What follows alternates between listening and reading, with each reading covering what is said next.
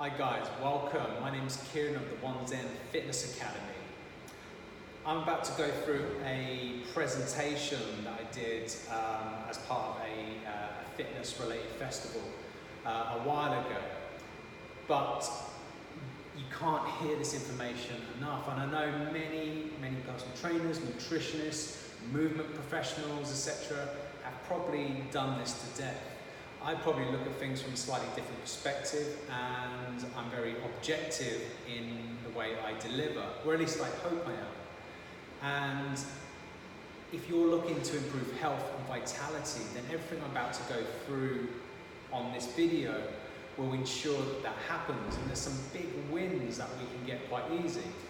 But first of all, we need to address the elephant in the room, and that's the state of play currently within the UK. If we appreciate that between 2016 and 17, there were 617,000 hospital admissions where obesity was a factor, and this was up 18% from the year previous. I'm sure you can imagine that's 617,000 too much.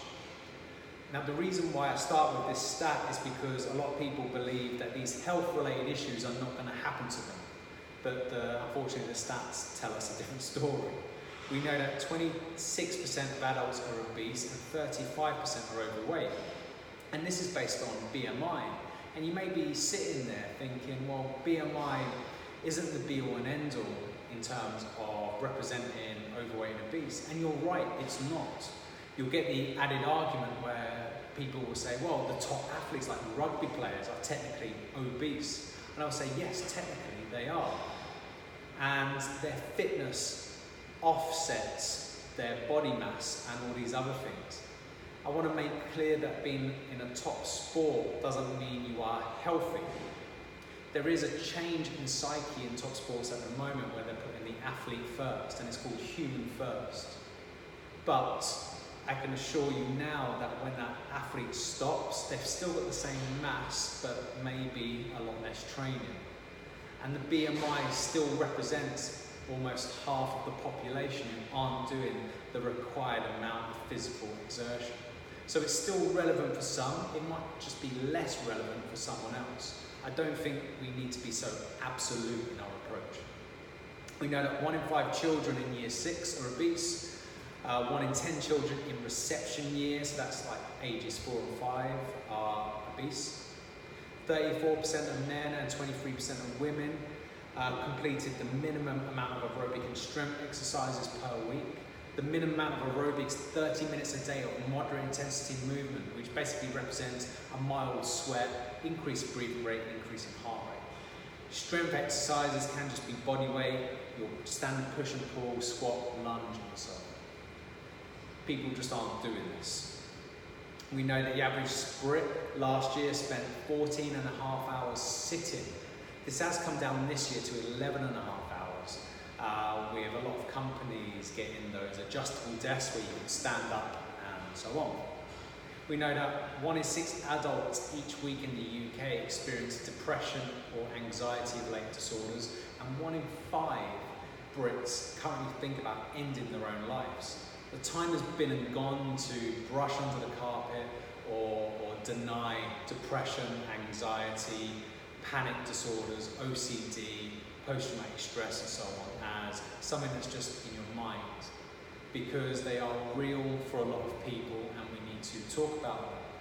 All of these things affect health, and to deny that these things are going to happen to us, to keep going, eating what we're eating, not moving, or whatever it is, smoking excessively, drinking excessively, to do these things and think, I'll be okay, we can't ignore this anymore. So let me just click, right? So this is how I see the whole process. I see health as a bank account or a health account. So open your health account today. Imagine your health as that bank account, okay? You can have money within that account, health, or you can keep making withdrawals. So we pay in, okay? We pay into that health account with lots of things we do. We also make a lot of withdrawals. And imagine everyone has this overdraft facility. Okay? You have to determine whether you're currently in that overdraft facility. And you'll know you are by when you're talking, you're using words such as, well, when someone asks, how are you? And you say, well, I'm surviving.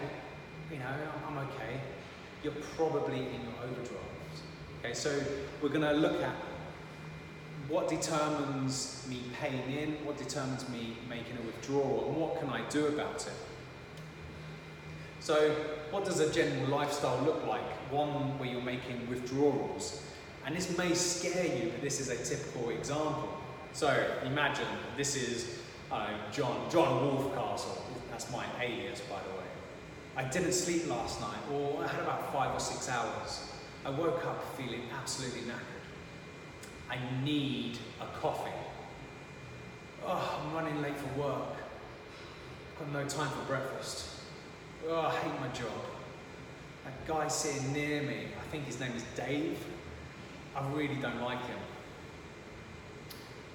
I tell you what, let's have a few drinks on the way home. I'll pop into a shop and grab a microwave meal, watch a bit of TV, maybe go to bed at 11:30, but check my phone for quite a while before that, and fall asleep about 11:30, I think. Okay, does that sound like you? Does that sound like you? This is someone who makes a lot of withdrawals.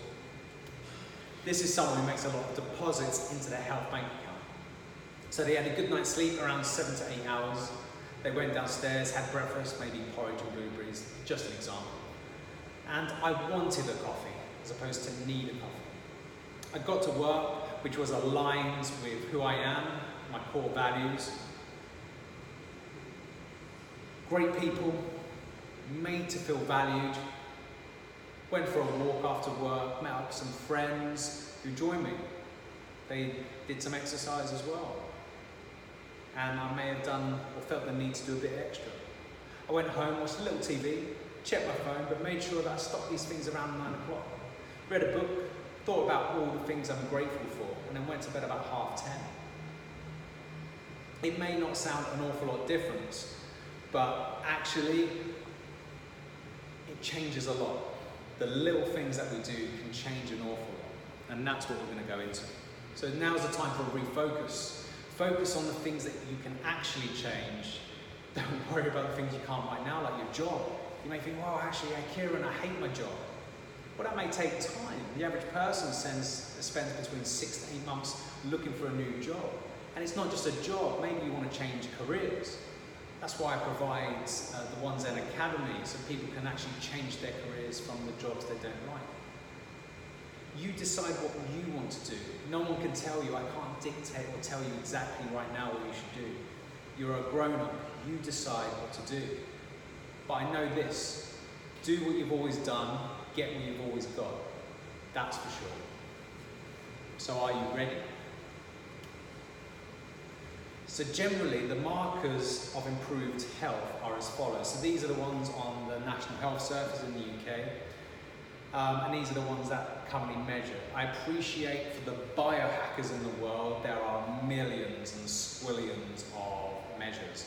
But for the ones that are available to the general public, this is them. So we want to try and lower or stabilise blood pressure. We want a stable cholesterol level. I'm not necessarily saying low cholesterol, stable cholesterol. Improve mental well-being, lower stresses, and I need to focus on food intake. These are all the things that can drastically improve my health. So blood pressure, I appreciate the font's a little small, so I'll give you the big hitters. When the heart pumps out, we call it systolic, and the number is slightly higher. It may be about 120.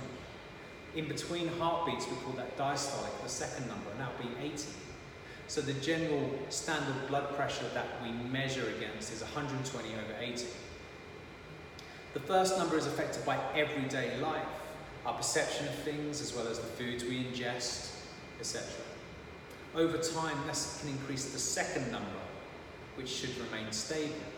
So imagine your blood vessels are a type of muscle, smooth muscle. And if you went into the gym and started lifting weights against a resistance, the muscle hypertrophies and gets bigger. Well, the smooth muscle responds the same. If I'm doing things that increase my blood pressure, like excessive caffeine intake and salt intake, then I exert more force against that smooth muscle. It hypertrophies, gets bigger, and a doctor may refer to this as a thickening of the artery. If that thickens, then that second number, that 80, will start to increase over time. And these are how your lifestyle affects, and this could be over a decade or two, but rest assured, you don't want to let this get out of hand. If we hypertrophy something, we can also atrophy something. Okay, so your lifestyle can also decrease your blood pressure. So that 120 might get to 160 because you smoke, or you don't sleep, or you eat too much sodium, the sodium chloride, the crap table sugar, or we drink excessive caffeine. So what should I do to reduce my blood pressure? Well, easy wins would be to reduce stress, and you may think, well, that's not easy. Stress comes from a variety of different ways, which we'll look at shortly, but to reduce stress, reduce smoking, or look for an alternative like gum or vaping. Go to bed at the same time and wake up at the same time 7 days a week, not the 5-2 sleep pattern, the Monday to Friday, the Saturday, Sunday sleep pattern. Reduce social media exposure. Yes, social media exposure. If you want a more detailed explanation on that, go to our podcast episode with Damien Macias, who is a social media stress management expert. Reduce sodium and improve potassium. And if I said, where do we get potassium from? I'm sure you could guess bananas. 1 banana a day reduces your chance of coronary heart disease by 25%. That is a fact, by the way. You can Google the shit out of that. And hydrate. Make sure you hydrate to decrease the viscosity of your blood, the thickness of your blood. Everything you do, enhances blood pressure. Or simply the sheer act of breathing out longer, twice as long as breathing in, can reduce your blood pressure. Everything we do reduces blood pressure, but everything we do also increases it. So be mindful. But what I've just given you are the big hitters to reduce and stabilize. Cholesterol levels. Cholesterol isn't either good nor bad, and we need to get over that. We have very low density cholesterol. We have low density cholesterol and high density.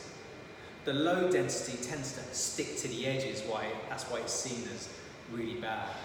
High density floats down the center. They're bigger particles that can go along with the river that is our blood vessel. We need it though, we just need it in the right amount, not excessive, and we don't need to get rid of it. We don't need to demonize it completely. We need it for vitamin D.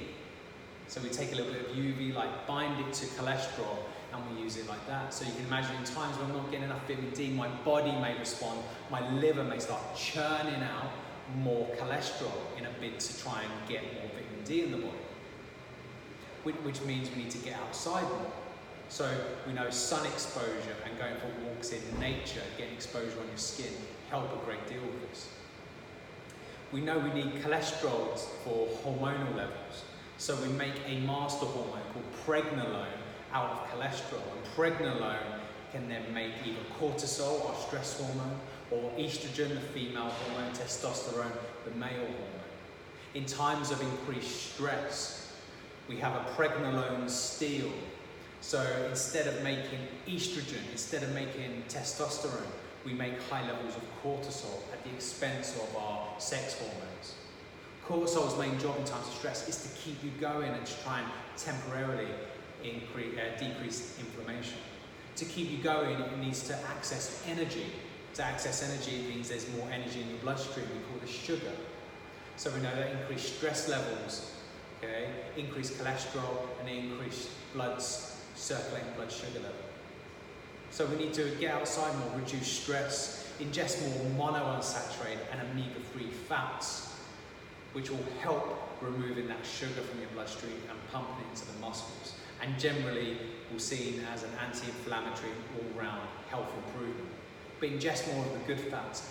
Decrease your processed nonsense fats, like your hydrogenated trans fats that you get from most of the processed foods on our supermarket shelves. And getting moderate to low amounts of saturated fats. Yes, I'm not demonizing saturated fat, but if you're generally under 64, you can have about 30 grams a day, and if you're over 64, it's 20 grams a day. Yes, saturated fat does discriminate with age. Outside of that, some people could have more, but you need to be tested accordingly. But that's where the NHS guidelines stick.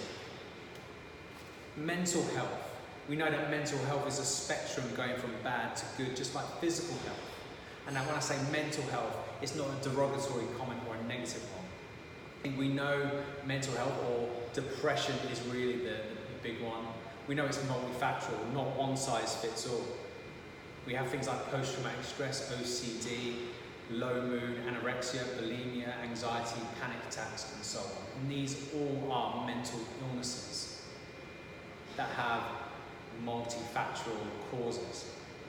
We definitely control the fuel on that mental illness flame.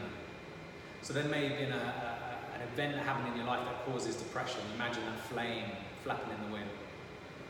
Everything else we do around that either pours fuel on it or tries to decrease it. Here, so for instance, I'll give you this example. I've written it on the board, but just in case you can't see it, we know that tryptophan, okay, is an amino acid. Okay, we need vitamin B6, magnesium, and calcium to convert tryptophan into 5-HTP. Vitamin B6 and zinc and vitamin C gets 5-HTP, which is a brain chemical, converts it into serotonin. Serotonin is then converted into melatonin, your sleep chemical. 90% of serotonin is made in your gut. So you can imagine your lifestyle as a whole really dictates a lot of this. If I'm not getting a well-balanced diet that's allowing me those vitamins and minerals, then I'm less likely to create more serotonin. If I'm not getting a balanced diet and I'm not lowering stress, then I'm even less likely then to sleep, because melatonin regulates my circadian rhythm that allows me to sleep. If I'm not getting a balanced diet and I'm not getting some decent fibers and some what we call prebiotics, then my ability to make serotonin in the first place decreases, because 90% of it's made in your gut. Your gut wall is sensitive to chronic stress, and we know in times of chronic stress, we thin the membrane of your gut, and this can lead to things like leaky gut syndrome and more globally IBS. So you can imagine your lifestyle as a whole can really play a massive part in mental health, and that's something we can control. And bear in mind, whatever you feel right now, it's okay to feel what you feel. It's okay to have down days, it's okay to have good days. You don't have to be always optimistic, and you don't have to be always in a good mood. Feel how you feel and accept it right now. Because to feel low, to feel all of these things, and then have guilt placed on top of that, exacerbates it, and I'm sure you will agree. It's okay to feel angry, it's okay to feel sad, just as it's okay to feel happy, okay? But I want you to know right now, okay, and I know this may sound a bit woo-woo, because I've been very objective until now, you are loved. I promise you that. I love you, and I don't even know you. I promise you, I love you, otherwise I wouldn't bother doing this. Because if I didn't, then I'd feel indifferent, and that's different altogether. So stress, the big one. Stress is neither good nor bad, just like cholesterol. We need it to adapt and overcome to things. It's the chronic stress that's not addressed by us, well, that's bad. Stress is dose dependent. So a little bit of stress, again, allows adaptation. Just like training in the gym, you know, training your guns, you apply a little bit of stress, the right amount of stress to your bicep, it becomes bigger and stronger. You apply too much stress to it, it becomes weaker, more feeble. Stress can accumulate in the body and the mind from various different sources. So it can come from food, the wrong sort of food, i.e. over-processed, excessive calories, or not enough. These are both stresses. It can come from work, it can come from family, it can come from financial issues, it can come from pollution. The World Health Organization states that 25% of all deaths globally are from pollution, which is ridiculous. It can come from no time for yourself. It can come from a chemical stress, such as the plastic bottles we drink out of, or the chemicals I wash in my shower. It can come from the electromagnetic, i.e. not turning your Wi-Fi off, and that 5G that's floating around and I can feel in my body circulating, it makes me sick. It can come from no movement, it can come from excessive movement. It's the extremes of things. It's everything that we do, stress accumulates. Failure to address all the factors normally leads to feeling overwhelmed and burnt out. So what I would recommend you do today, list the things that you can control right now. Don't worry about what you can't. The next question is, what are you doing to change the things on the list that you can control? Are you proactive or are you reactive? These things really help and make a difference. Because if you're constantly reactive, this can be really stressful and that feeling of being overwhelmed. Proactive is about writing shit down basically. Dealing with it one point at a time. Okay? Don't take my word for it, try it today. So how do we increase vitality? Well, hydration. I guess it comes down to nutrition versus calories. So water intake, I've got it on the board, 0.0033 times your body weight in kilos equals the daily amount of water in litres. If you then add 250 millilitres per 15 to 20 minutes of exercise, this will serve you well. Reducing calories, you'll lose weight, but your health may not improve. And this is the biggest issue I have amongst nutritionists, dietitians or personal trainers who think they know everything about nutrition. Now, I guess I might fall into that category, but I don't think I know everything. Okay, I'm constantly learning, and that's the difference. Now, if you eat nutrition, proper nutrition, whole foods, your health will improve. And the side effect may be to reduce weight, because all of those whole foods tend to be a lot less in calories. Okay, as a byproduct, you lose weight. But if you go shopping and your goal is losing weight, you may make poor decisions. You may just be looking for calorie reduction, like fat-free yogurt. Fat-free yogurt is the worst product, one of the worst products on our shelves. Okay? But if I went for full-fat yogurt, because I want to input health, okay, I'll probably just eat less of it. Okay? The difference is overwhelming. It has to be nutrition first, then calories later. You will lose weight. Get rid of the fear from your food. Don't be scared to eat, embrace food. Every culture on the planet is centered around some sort of food, produce. You go to India, every town, every village, every family is centered around the food, the meal. That's why it tastes awesome, because it's made with love. Okay? Embrace food, learn to cook from scratch. You need vegetables, you do need fiber, regardless of what professional speaks about. You will need fiber, you will need protein, you'll need some carbohydrates, and you'll definitely need fats. These things are just crucial. So the big hits, veg, 7 to 10 portions a day, and you may be thinking, I can't do that. Yes, you can. A portion is a palm size of your hand. 2 bits of broccoli, 2 bits of cauliflower, a portion of peas. But that's 3 just in your main meal. What are you waiting for? Just think vegetation, apart from white potato, and you'll be fine. Anything that comes from the ground, just eat it. Okay? Monounsaturated fats, like olive oil, avocado oil, almond oil. Use these oils in your life. I'm a big fan of olive oil and avocado oil. Get more of them. Eat them. Omega-3 from oily fish. Cod liver oil. Yes, I'm old school. I guzzle cod liver oil in the morning, although it churns my stomach a little bit. I'm not going to lie. Walnuts, almonds, chia seeds, free-range eggs, flax or linseed, they're pretty much the same thing. Okay, get these in your life. Protein, we need between 1 to 1.4 grams per kilo of body weight. So an 80 kilo person needs about 112 grams per day. Divide this up by the number of meals, say 4 for instance, and you've got 28 grams per meal. That's around the size of a chicken breast. Okay? Be calculated in your approach, but actually embrace it. So you could be calculated for the first couple of weeks. I promise you, you can then throw them out the window because we're creatures of habit. Okay? Just keep doing what you're doing then.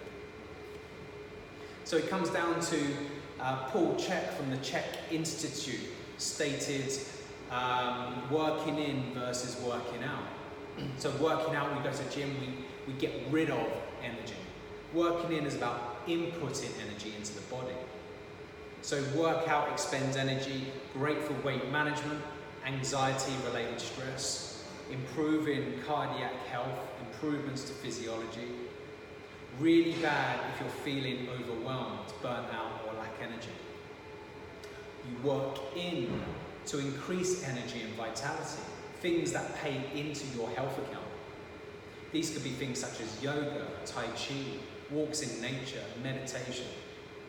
Things that top up your health, things that input, make you feel better afterwards, make you feel invigorated. These are the things that matter. So if you're feeling run down, if you're feeling absolutely wiped out, probably don't go to the gym. Go for a walk in nature, do a bit of yoga, tai chi, etc. If you're feeling a bit, I need to just do something, then go to the gym, hit a punch bag. Go for a decent run, lift weights. Do things that then expend energy.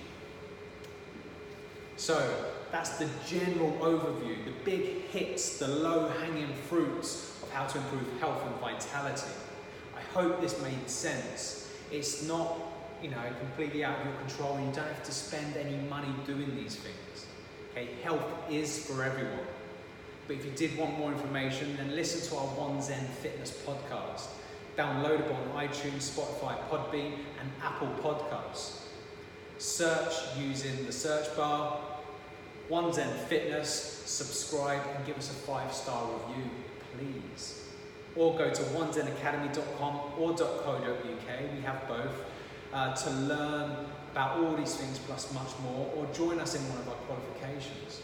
Okay, we deliver the diploma in personal training, sports therapy level 3, sports therapy level 4, and yoga teaching qualification.